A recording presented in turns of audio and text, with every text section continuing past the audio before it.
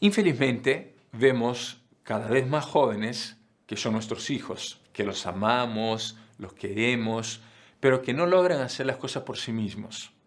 ¿Cómo nos gustaría, y a todos los papás quisieran saber cómo educarlos para que sean autónomos y capaces de asumir sus responsabilidades por sí mismos, que se comprometan seriamente con su propia vida? La verdad es que hay muchos estudios sobre eso y son cada vez más las familias que tienen esa dificultad. Sepárate unos instantes y estamos aquí juntos compartiendo la felicidad.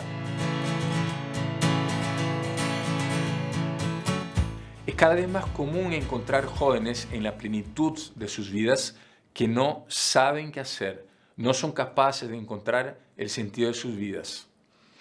Probablemente muchos han escuchado de un psicólogo canadiense muy conocido llamado Jordan Peterson, quien ha escrito un bestseller llamado Las 12 reglas anticaos, en el que explica algunos consejos básicos para llevar una vida responsable.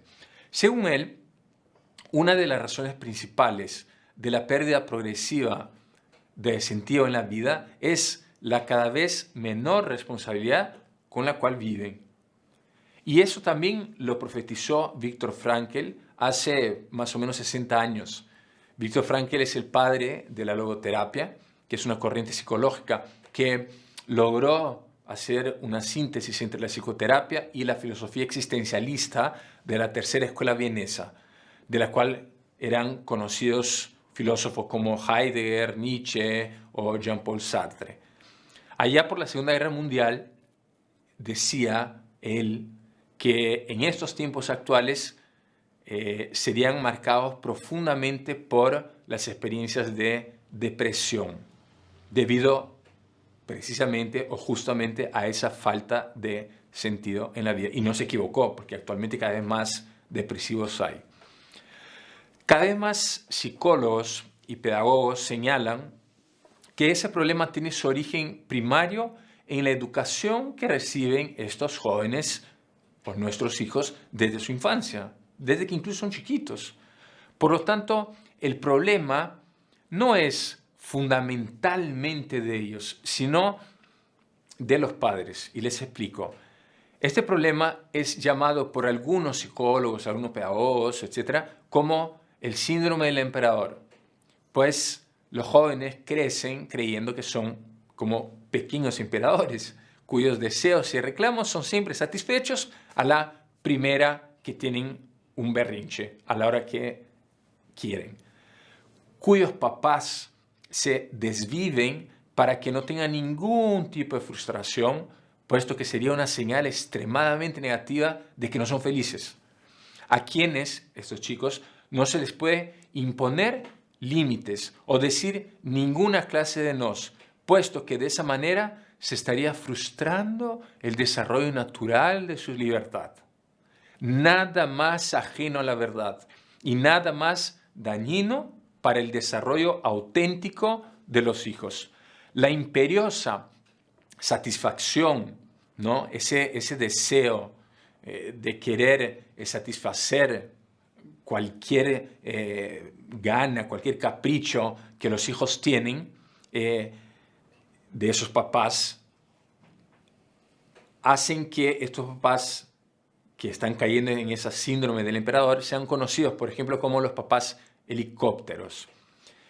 Y cuando sucede eso, esa satisfacción momentánea de un berrinche es la peor inversión a largo plazo. Quiero decir que la satisfacción incondicional de cualquier deseo caprichoso a corto plazo termina siendo la peor educación a largo plazo. ¿A qué papás estoy haciendo referencia? A ver, vamos paso por paso. Los que en vez de preparar a los hijos para la vida, preparan la vida para los hijos. En vez de plantearles gradualmente exigencias y retos de acuerdo a su edad y capacidad, les dan todo de bandeja. Padres que tienen miedo de ponerles límites o decirles no a los hijos cuando saben que lo debieran hacer, pues creen equivocadamente que generarán problemas en su desarrollo personal cuando en realidad están forjando una personalidad insegura, puesto que desde niños no tienen buenos parámetros para saber en qué dirección caminar. Y ni tampoco sentirán el amor de sus padres, puesto que al revés de lo que creen estos padres, pensarán estos hijos que no les importan o no los aman, pues les dejan hacer lo que les da la gana y nunca les dicen o corrigen nada. Es como si en realidad no les importara. Papás que hacen todo esto con la mejor de las intenciones, no dudo de sus intenciones, no dudo de la bondad que tienen en su corazón por sus hijos, ese no es lo que está en juego. El problema es que no se están dando cuenta que en vez de hacerlos realmente felices a los hijos y prepararlos para la vida, lo que están haciendo en realidad es volverlos incapaces para enfrentar la realidad a la hora que les toque asumir por sí mismos su propia vida.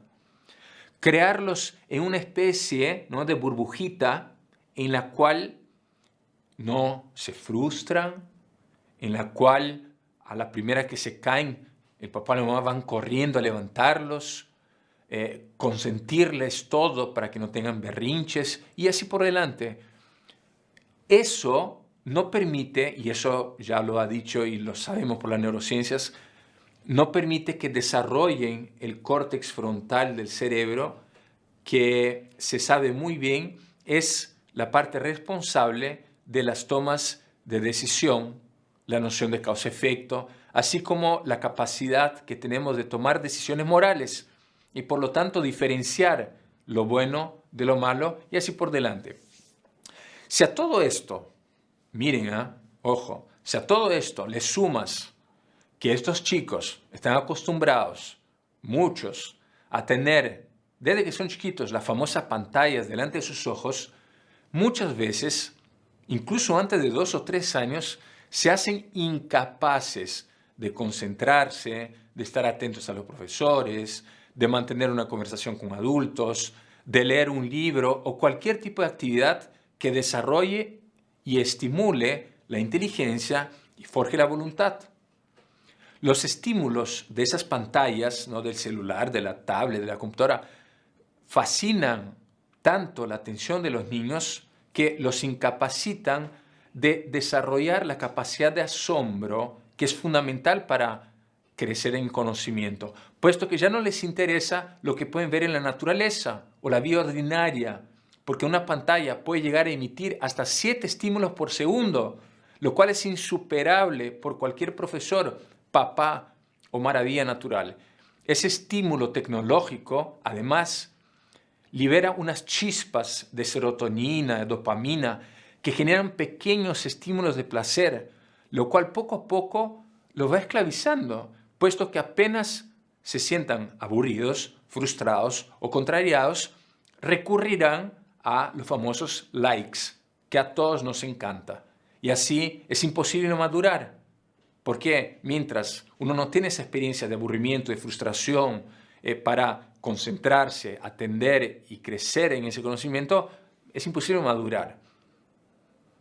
Entonces, después de compartirles tanta información valiosa y muy necesaria para la correcta formación de los hijos, me parece que vale la pena hacer el ya conocido examen de conciencia que estamos acostumbrados para mejorar o cambiar aquello que estamos haciendo en la educación de nuestros hijos que no está bien. Las preguntas que quiero plantearles son muy claras y sencillas. Primero, ¿tienes miedo a decirle no a tus hijos o ponerles límites cuando ves que algo que estén haciendo está mal? ¿Crees que vas a limitar el desarrollo de su libertad si es que no eres blando o si ejerces la autoridad cuando sea necesaria? ¿Hago cosas por mi hijo sabiendo que él sería capaz de hacerlas por sí mismo? ¿Trato de hacerle la vida lo más fácil posible, quitándole lo más que pueda las exigencias duras que va presentando la vida para que sea feliz? Si tu respuesta ha sido afirmativa para una o varias de las preguntas, entonces te sugiero que revises la manera como estás educando a tu hijo, pues seguramente lo estás llevando a que sea inseguro, caprichoso, engreído y muy consentido y no pueda madurar, no pueda ser responsable. Y si ahora no lo percibes, si ahorita no lo percibes, te lo aseguro que cuando ya esté entrando en la pubertad o la adolescencia, te vas a chocar con esas características que de lo fondo de mi corazón quisiera ahorrar ese problema. ¿Qué hacer? Sugiero algunos giros de timón y planteo algunos consejos muy prácticos y concretos.